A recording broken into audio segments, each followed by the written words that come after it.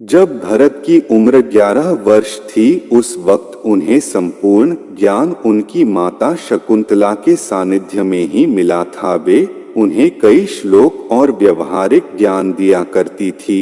शकुंतला ने भरत को निडर, साहसी, उपकारी, यशस्वी बनने की प्रेरणा दी थी और वे अक्सर ही भरत को न्याय का मार्ग सिखाती थी, कहा करती थी, कभी किसी निरपराध प्राणी को नुकसान मत पहुंचाना और दुखी जनों की सेवा का कोई अवसर हाथ से जाने नहीं देना। सेवा भाव को सभी मनुष्य अथवा प्राणी के लिए समान रखना।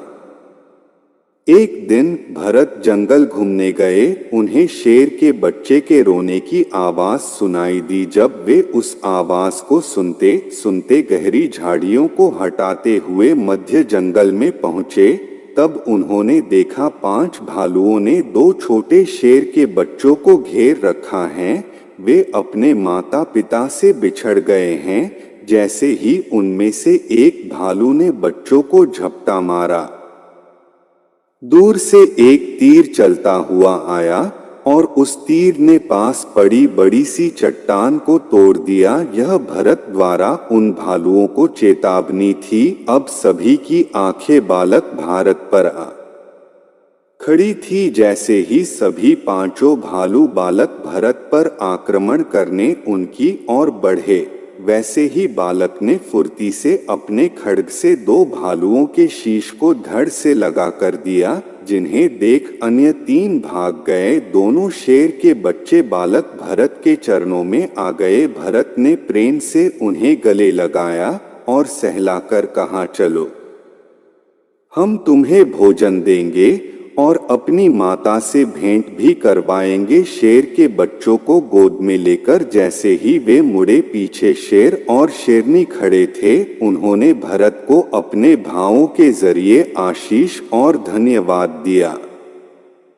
भारतवर्ष में ऐसे कई राजा हैं जो अपने गुणों के कारण इतिहास रचा गए और भरत के नाम पर ही देश का नाम भारत पड़ा। क्या आपको ऐसी पौराणिक कथाएं पढ़ना अच्छा लगता है? और कैसी लगी आपको राजा भरत के जीवन से जुड़ी कहानी? हमें कमेंट बॉक्स में लिखे।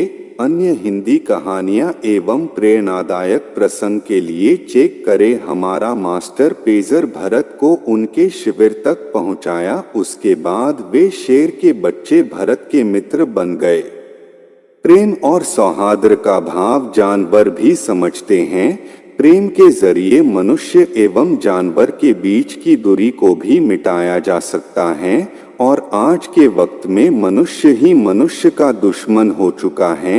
न्याय की कोई परिभाषा ही नहीं रह गई है।